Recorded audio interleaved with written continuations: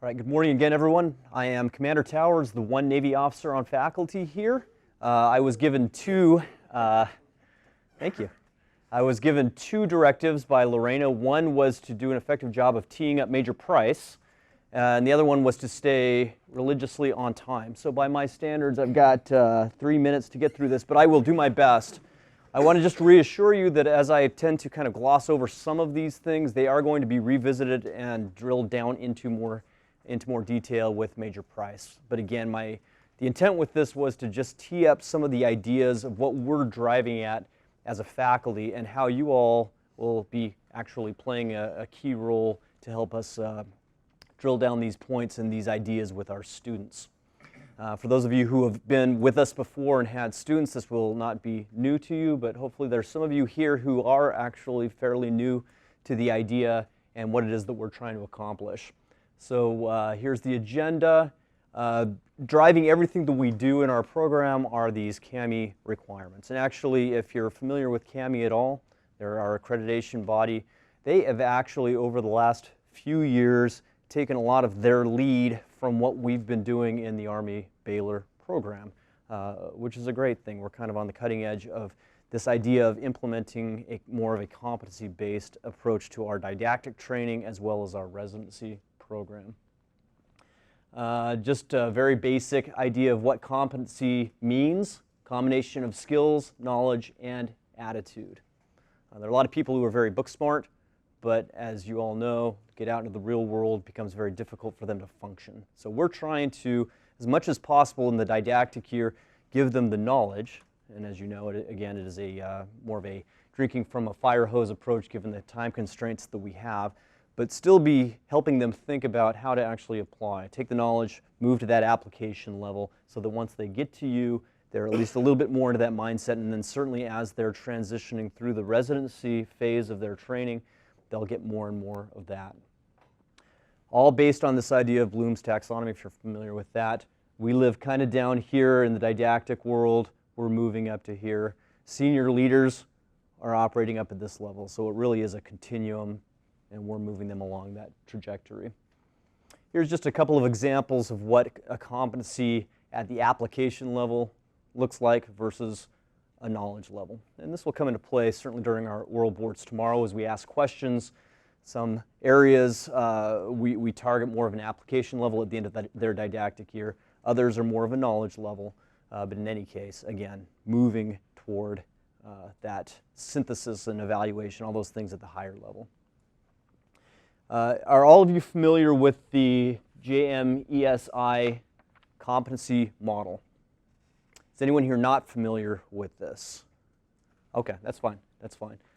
So what we use here, it's a program that was developed here in military medicine.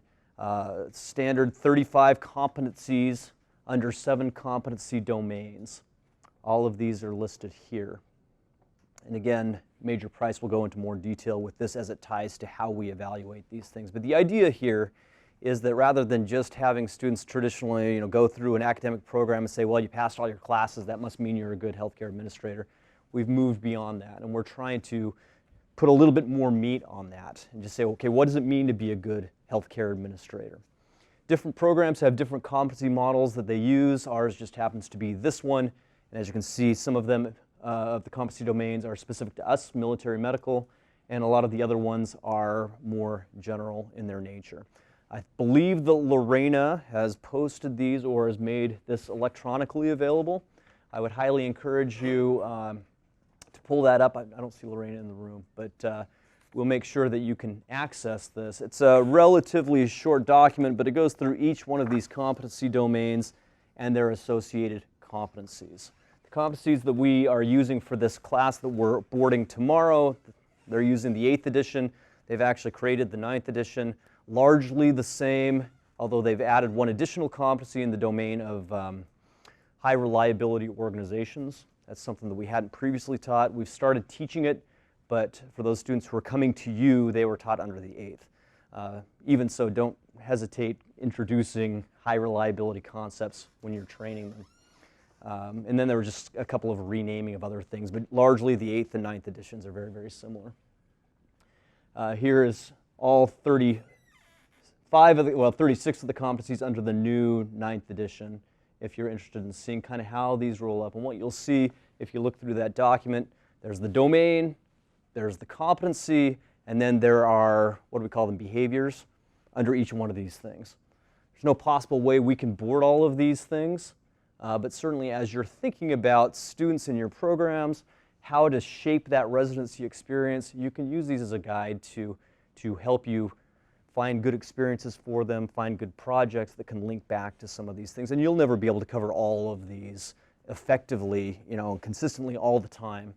But certainly thinking at the competency domain level and hopefully down to some of these competencies. This is just an example of what you would see in that document. I won't belabor this. This is just a roadmap, and I won't go into this as well, but just kind of how we got to where we're at. If you're interested in seeing this, we've got a copy of this in our classroom. You can take a look at it, but it has been a process over quite a bit of time to develop, and we're certainly still evolving as we go. We're getting better and better at it. As I mentioned, CAMI has taken their lead largely from what we've already done, but we're still not quite to that level that we would like to be at either. It is a process. This is an example of our BEAR, which is our assessment tool. What does it stand for? Baylor, I can't even remember what the Education Assessment Review. Those of you who've had students before are familiar with this already. Those of you who have not, this is a tool that you will use to kind of guide and assess the process as you go through it. And again, Major Price will be going into depth with this tool, so I won't go into much detail here. Here are your roles as a preceptor. Broadly speaking, think about residency rotations. When your students come to you, getting to all of those key areas of your organization as soon as they can. I mean, it takes a little while to go through everything, but get them through there so that they can have a chance to see what's going on in your organization and get a flavor for a lot of the questions, concerns, issues, and things that arise in those areas. So, as I say, should include all areas of the organization and other opportunities, provide a deeper understanding of the hospital or other organization where you're working, with the idea of broadening their perspective to see the bigger picture, and then, as we'll talk about more, giving them an opportunity to reflect and write about their experiences, ultimately producing a deliverable for us, which is not, admittedly, the be-all and end-all reason for them going to a residency. The residency is for them to get that experience and to learn as much as they possibly can. On our end, we will receive those portfolios at the end, which are intended to be executive summaries of 3 of those projects, which again, you're not limited to just do 3 projects. They choose 3 and write about them so that we can grade their deliverable. But ultimately, it's about them coming to your organization, getting as much out of it as they can.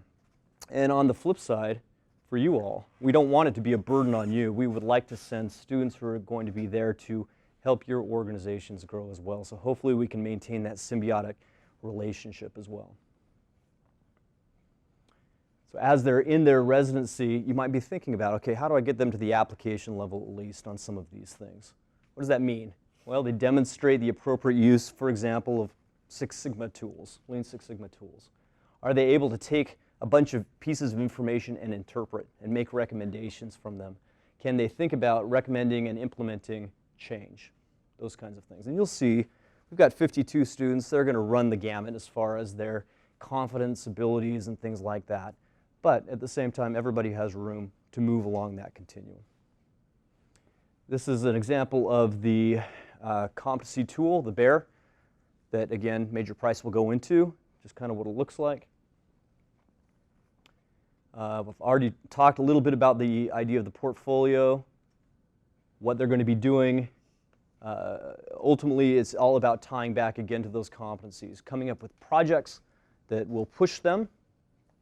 I would invite you to meet with them early and often, particularly early, to think about where they're at on these competencies, and then be fairly proactive about choosing projects, rotations, and things that address those areas where they're weaker, right?